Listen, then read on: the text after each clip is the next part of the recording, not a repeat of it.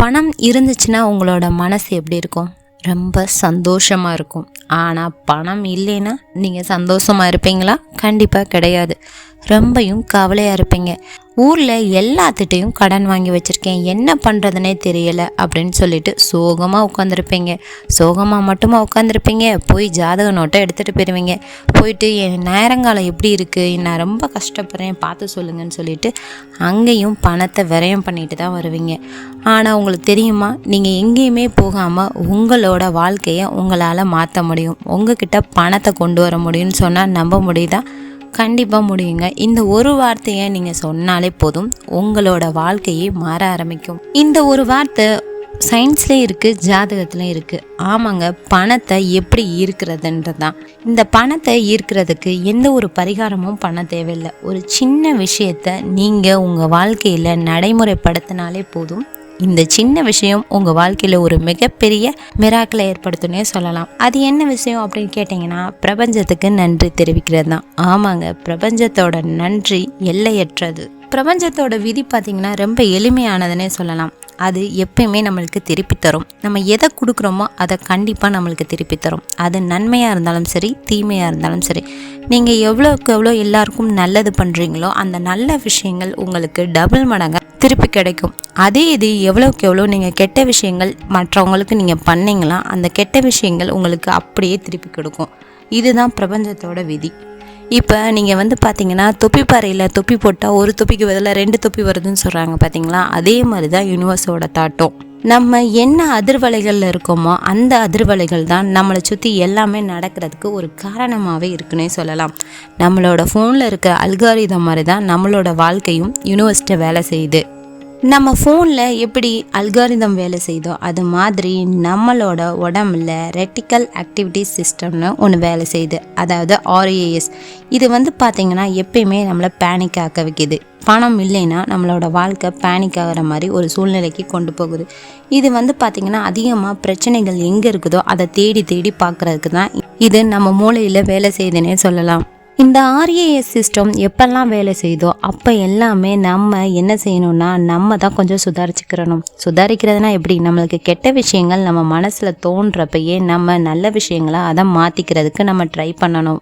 அது எப்படிங்க? நம்ம பழசை தானே அதிகமாக நினைப்போம், நம்மளுக்கு புதுசாக இருக்கிறத தோணவே தோணாதே அப்படின்னு சொன்னீங்கன்னா அதை நீங்கள் தான் கொஞ்சம் கொஞ்சமாக மாற்றணும். ஏன்னா நம்ம வாழ்க்கையில் அன்றாட நடக்கிற சின்ன சின்ன விஷயங்களுக்கு நீங்கள் நன்றி தெரிவித்தாலே போதும், உங்ககிட்ட இருக்கிற அந்த RAS விலகிரும்னே சொல்லலாம். ஏன்னா நம்மக்கிட்ட இருக்கிற கெட்ட விஷயங்களை தான் இது திருப்பி திருப்பி தோண்ட ஆரம்பிக்கும். ஆனால் நம்ம நல்ல விஷயங்கள் சொல்ல சொல்ல அதுவாகவே ஆட்டோமேட்டிக்காக சுவிட்ச் ஆஃப் ஆயிரும். இப்போ நம்ம ஒரு சீரியல் பார்க்குறோம் நம்மளோட ஃபோனில், அதே சீரியல் தொடர்ந்து நம்மளுக்கு வந்துக்கிட்டே இருக்கும். ஏன்னா நம்ம அந்த மாதிரியான வீடியோக்கள் பார்க்குறதுனால தான் நம்மளுக்கு அந்த மாதிரியான வீடியோக்கள் நம்மளை தொடர்ந்து வருது. அதே மாதிரி தான் நம்மளோட வாழ்க்கையிலையும் நம்ம என்னென்ன பேசுகிறோம், நம்ம என்னென்ன செயல்படுறோம் அப்படின்றத பற்றி தான், அந்த மாதிரி தான் நம்மளோட வாழ்க்கையிலும் எல்லாமே தொடர்ந்து வரும். அதனால் எப்பயுமே நம்ம நன்றி தெரிவிச்சுக்கிட்டே இருந்தோம்னா நம்மளுக்கு எல்லாரும் நன்றி தெரிவிக்கிற மாதிரி விஷயங்கள் நம்மளுக்கு நடந்துக்கிட்டே இருக்கும். நம்மளோட ஹார்மோனில் 2 சுரப்பி உற்பத்தி ஆகுது. அது பார்த்திங்கன்னா டோபோமைன், செரோட்டின். இது பார்த்திங்கன்னா நம்ம நல்ல விஷயங்கள் எவ்வளோக்கு எவ்வளோ பேசுகிறோமோ அந்த நேரத்தில் இந்த 2 ஹார்மோன்ஸும் உற்பத்தி ஆகுது. இதனால் நம்ம ரொம்ப சந்தோஷமாக இருக்கும், நம்மளோட உடம்பும் ரொம்ப ஆரோக்கியமாக இருக்குது. ஆனால் நம்ம கவலையாக இருக்கிறப்ப ஹஸ்டால்ன்ற ஹார்மோன் உற்பத்தி ஆகுது. இது பார்த்திங்கன்னா நம்மளை அப்படியே டிப்ரெஷனுக்குள்ளே கொண்டு போகுது. இது பார்த்திங்கன்னா ஸ்ட்ரெஸ் குறையிறதுக்கு வாய்ப்பே கொடுக்காது, நம்மளை நெகட்டிவாக திங்க் பண்ணுறதுக்கு தான் அதிகமாக யோசிக்க வைக்கும். அது மட்டும் இல்லை, நம்ம பாஸ்ட் ஃப்ரீக்வன்சிக்குள்ளே போயிடுவோம். பிரபஞ்சத்துக்கு நம்ம எப்படி சிக்னல் கொடுப்போம்? பிரபஞ்சத்துக்கு நம்மளோட எண்ணங்களால் தான் சிக்னல் கொடுப்போம். ஏன்னா நம்மளோட எண்ணங்கள் எப்படி இருக்குதோ அது மாதிரி தான் நம்மளோட வாழ்க்கையும் அப்படின்னு சொல்கிறாங்க.